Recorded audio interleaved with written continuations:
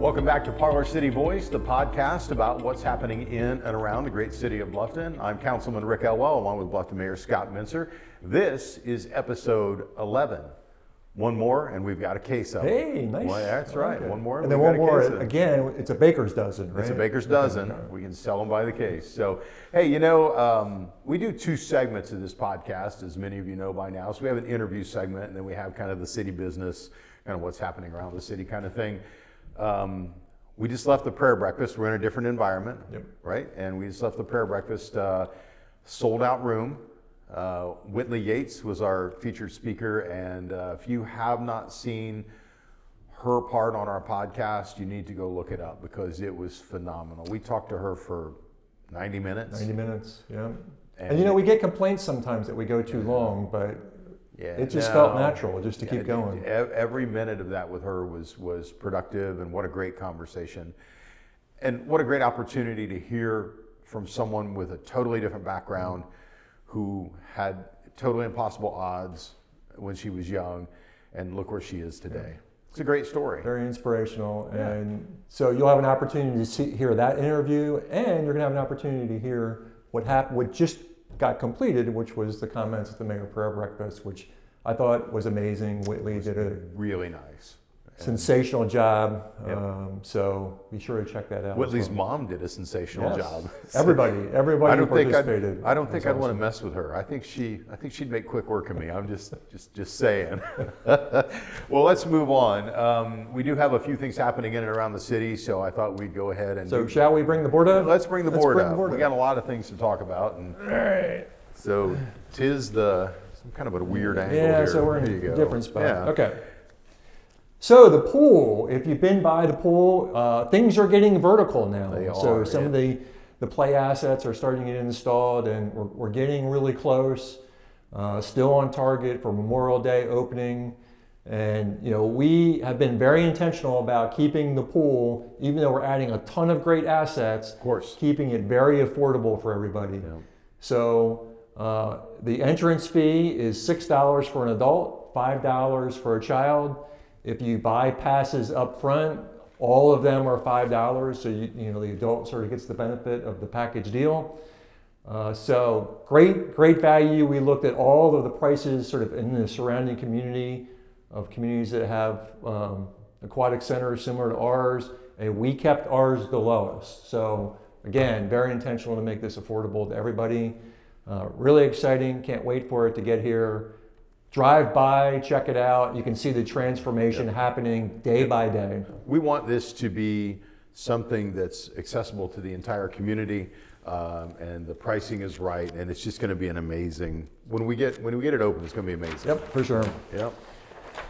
Okay, I know you're probably tired of hearing about this, but lead service line replacements. Replacements have started. So we're past the potholing stage. Well, we're still doing potholing, yeah. But we've started replacements. I think the first one actually started yesterday.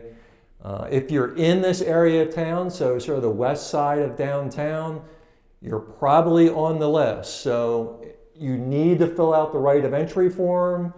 We have mailed them. If we have your phone number, we've been calling you. If we have your email address, we've been emailing you. You may have seen a door hanger. You may even have someone knocking on your door. So we're going to make every effort possible to get you to sign the right of entry form so you can get this service. No cost to you. And we'll keep trying, but if we can't connect with you, you're going to miss out on the opportunity to get this replaced. It'll be on you, or you'll just have to live with it. The requirement to get it replaced will still hold.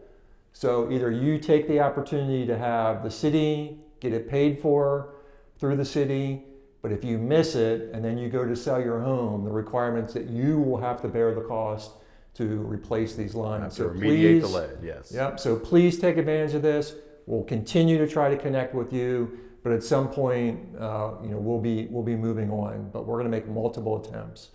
So stay engaged with that. I raised this because we got this question. NIPSCO has been sending out this letter across town. I've not seen this. And it's a letter basically asking you for the opportunity to buy insurance to potentially replace your service line. What? Well, don't do that, because you're probably going to get the opportunity to have your service line replaced through this program at no cost. So don't buy insurance to protect yourself. Just go ahead and get it replaced. Fill out the right of entry form. This has nothing to do with the city. This is not from the city. This is directly from NIPSCO pitching, sort of an insurance program. Please just work with the city, sign your right of entry form, and this won't be necessary. Ignore this. So sorry, NIPSCO, we're not going to be your marketing arm here. So have you noticed how much NIPSCO in northern Indiana is getting a really hard time on social media for a number of different things, cost increases, and just it's crazy. I don't know if I'm the only one that's seen it, but a lot of complaints. Where are we on OOR? So we should hear about whether we got the grant next week. So awesome. That's the expectation that we'll hear about it. We are anticipating that we got the extra 0.38 points, and we're going to get awarded. And the next phase of that is to get people to fill out an application. I'm going to tell you, the application is a little rough. It's going to take some effort. It's lengthy. It's not our application. No. It is state, federally defined. They created the application. It's their expectation. We will try to have people to help you fill it out if you need help. But once we get the funds, that's how you get access to the funds. You have to fill out the application. So again, we will help you, but if you want access to the grant, you got to fill out the application. And we only have so long to get those applications in and get to the committee to decide who's going to get awarded. And we're going for how much? So the grant is $350,000, but other agencies, the foundation and the township and the city, have provided matching funds, which has pushed this over $400,000 that's going to be available to the community. So we'll help as many as we can. Yeah. But to get it, again, have to fill out the application. Okay.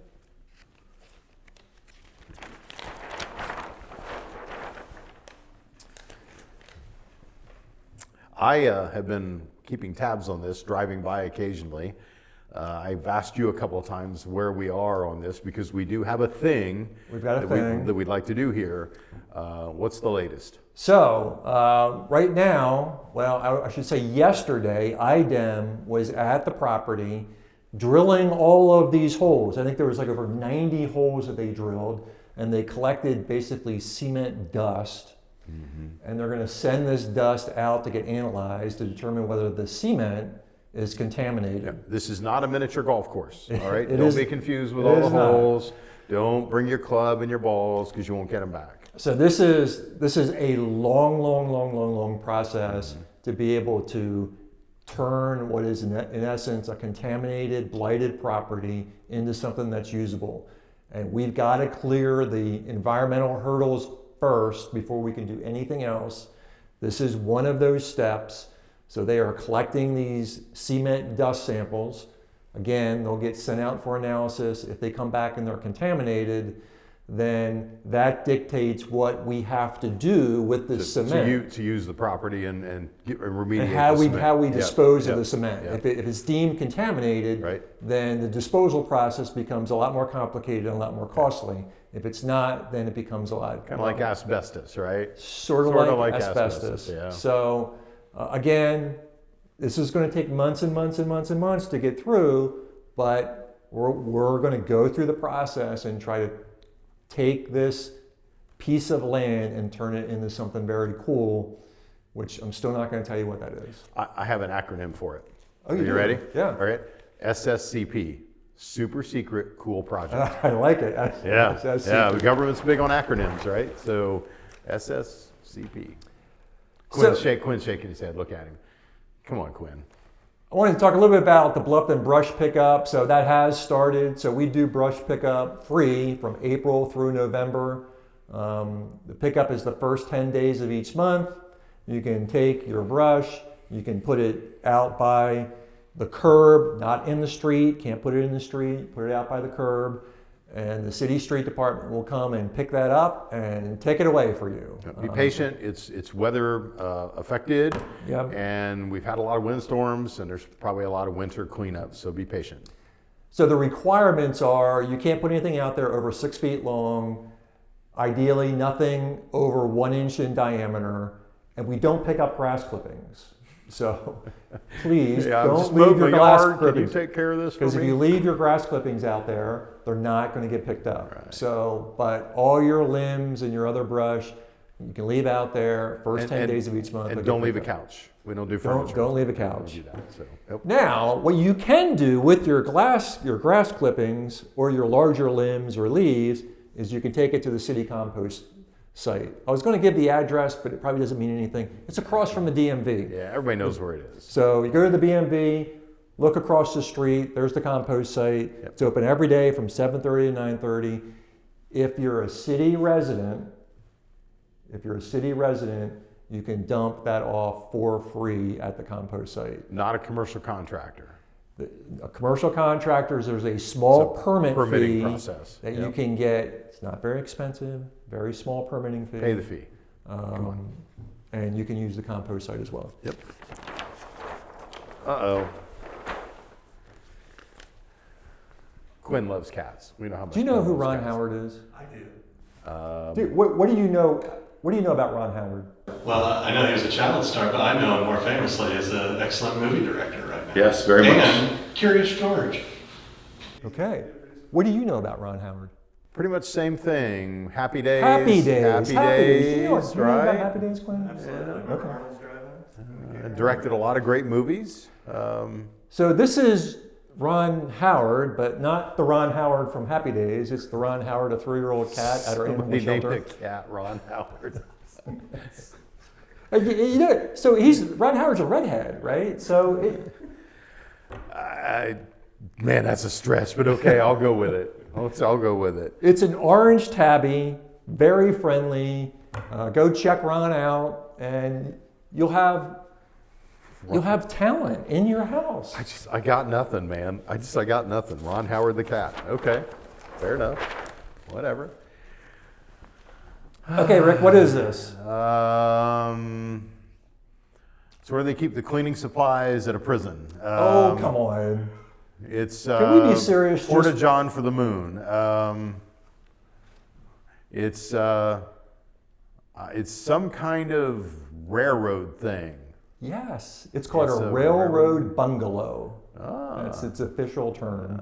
It's not the bungalow I'd imagine staying in. Looks kind of small, a bit cramped. So if you see one of these near a railroad track, this is where they keep all the controls for the crossing arms and the various safety features to make sure that we're not crossing unsafely across a railroad track. You'll notice it's done in stainless grade 301, which is very very high grade. Don't try to scrap it though; you'll go to jail. I'm telling you right now. Don't be thinking anything, illegal. Are you surprised I knew what that was? Did you really know what it was? I did. There's one across from my house. Yeah, yes. Yeah. So Railroad bungalow. I would never have called it a bungalow though. But that's what it's called. Maybe a shack, not a bungalow. Oh man, our parks department is busy. Take it away, Rick. Senior Snippets, spring session. And I was in the office the other day. You get a free bag when you go to Senior Snippets. So you can register today, free classes for adults, Gardening 101, foreign countries, spring crafts and healthy living tips. And then, of course, they've even got a movie club for seniors, which is kind of cool. You can call 824-6069 to register. And Senior Snippets, let's see, what else is going on? Speaking of movies. Yeah, speaking of movies, Theater Thursday brings you, it's April 16th, by the way, brings you Karate Kid, The Legends. Now, my son's really into Karate Kid. I only like the first one, and I guess they went and made a series, and Cobra Kai, and this and that, but this will be a good movie. April 16th, Karate Kid, Legends. We've got tennis lessons. I don't have the knees for tennis, but if I did, I'd get lessons. Monday through Should Friday. I throw in muck boots into that? Yeah, you can't play tennis in muck boots. Okay. Wouldn't that be cool though? A whole tennis circuit, a whole tennis division where you had to play in like farm clothes and boots. How cool would that be? Or not? I don't know. I'm just anyway. Moving on. Moving on. June 1st to the 19th at Lions Park, Monday through Friday. They have different times. You can call the Parks Department if you'd like additional information. We've got all about invasives workshop. There are a number of invasive species in our community. Did you know that? I've heard. Salesmen who go door to door selling vacuums, for instance. No, wait, that's a different kind of invasive. We're talking about plants. We're talking about some bugs. I mean, there's different things. That's one of the things we offer education on. So, did you ever do Build-A-Bear? Or any of your kids ever do Build-A-Bear? My kids, maybe. I was going to tell you that I was, an adult male who had a man card, so no, I did not build a bear. Quinn, any of your kids ever do Build-A-Bear? I did build a bear one time. Did you? I'm not a coward, right? I can see that in you. Now it makes a lot of sense. Do you drink seltzer too, by the way? Okay, I knew it. Okay, so on. you can do a local version of Build-A-Bear, $15 per child. Now, it's a lot more expensive at Build-A-Bear, let me tell you, than Yes, $15. it is, for sure. Now, here in Bluffton, it's Stuff and Fluff. It's not Build-A-Bear, but same idea. Stuff and Fluff. Go June 22nd from 10 to 10:30. You got to do a pre-order. $15. $15. I have so much What can material. you get for $15? I have so much material in my head right now, but I'm not going to use any That of is it. good. Okay. You just keep that in your head. Throw that out there. But that Quinn is has told us to be pithy, and if you open that up, we are not going to be pithy. All right. But this is cool. It is way cheaper than Build-A-Bear, and we're going to present this to you as part of what we do in our parks department. Very cool. And then lastly, the Firefly Tour. This is on May 12th. This will be at Kehoe Park. So it's a free outdoor performance. It's ballet. Some ballet. Yeah. No muck boots. No muck boots. No muck boots in ballet. So Can't pirouette in muck boots. Fort Wayne's ballet professionals will come out and do a presentation. And what's cool about this is typically at some point in the program, they'll invite kids up and, it's a little interactive with kids. And so awesome time. I think last year I took my dog out there and we hung out and we watched the dog watched ballet. The Firefly tour. So the dog was very impressed. I don't have the knees for ballet either, just for the record. Hey, real quick, gentlemen, in honor of the theater putting on Karate Kid Legends, I have to know, what is both of your favorite martial arts movies ever? Ooh, that's a good question. Well, growing up, because I am a child of the 80s that was born in the 1900s, I would have to say I did like Karate Kid. I even remember, and you won't, but if you do, I'll be shocked. I saw a couple Bruce Lee movies that were, remember the old Bruce Lee movies where they had like 4,000 martial arts dudes and Bruce, and he like beat all of them, just kicked all of them, right? Yeah, I saw a couple of those. That's back in the day though. Jackie Chan, I mean, come on. Jackie Chan, but Jackie Chan's more of a comedian than he is a martial artist. Exactly, integrate some comedy in it. Come on. I've offended the millennial in the room. All right. Jackie Chan. Shall we get into this? I don't have much today. I do have a little rub though. I'm not going to name stores. I'm not a big self-checkout fan, right? You do self-checkout? I do. Yeah. I try to do it only when I have to, but the way conditions are now, and I get it, the economy's tough and inflation's been difficult and a lot of stores are understaffed. When you go into an environment where it's just the checkout, the self-checkout. But then, there's like three things that drive me crazy about self-checkout. Let's talk about being behind somebody in self-checkout that treats it like they're defusing a bomb. Like they take so long and they can't get the machine to work and they're just real, do I cut the red wire or the blue wire? And there's a lot of hesitation. Drives me crazy, just saying. And then they have to turn on the red light to get someone to come and help. Yeah, right? and then, so we have the self-checkout attendant, right? You ever get a judgmental one? Like they'll come over and try to help you, but they have this like judgmental tone because you're buying like beef jerky, toilet cleaner, and hemorrhoid cream. You ever get that judgmental tone when you're just trying to get out of the store because your wife sent you for something you really didn't want to buy in the first place? No? Okay, just saying. Now, here's the thing. You're going to send somebody over to watch me do your job. I'm going to bag my own groceries. I'm gonna separate things properly, which most people in stores that bag things don't do. I'm gonna fix the machine if it breaks, and don't I get a discount? At least an employee discount? Shouldn't I get something for that? No? I don't know. I'm still hearkening back to your grocery list. Okay. Well, I mean, I'm not saying that's accurate. And then finally, but it is what came to mind for you. That's what's troubling. Tell me you've never gone to the store and bought something that you really weren't proud of buying, but your wife asked you to get it? That's never happened to you. No comment? You Is there anything else you want to share in regards to this topic? Because self-checkout is the store's way of saying, go ahead and do our job. We'll stand here over your shoulder 6 inches away and make you feel dumb while you do it. Just saying. Not a big fan of self-checkouts. And no, I didn't steal that banana. I paid for it. All right, I'm done. I got nothing else. Okay, I just want to go back to the lead line replacement program just one more time. Wow, that's okay. Look, we're trying to replace lines across the city. Every house is different, right? Mm-hmm. Every line enters the home in a completely different place.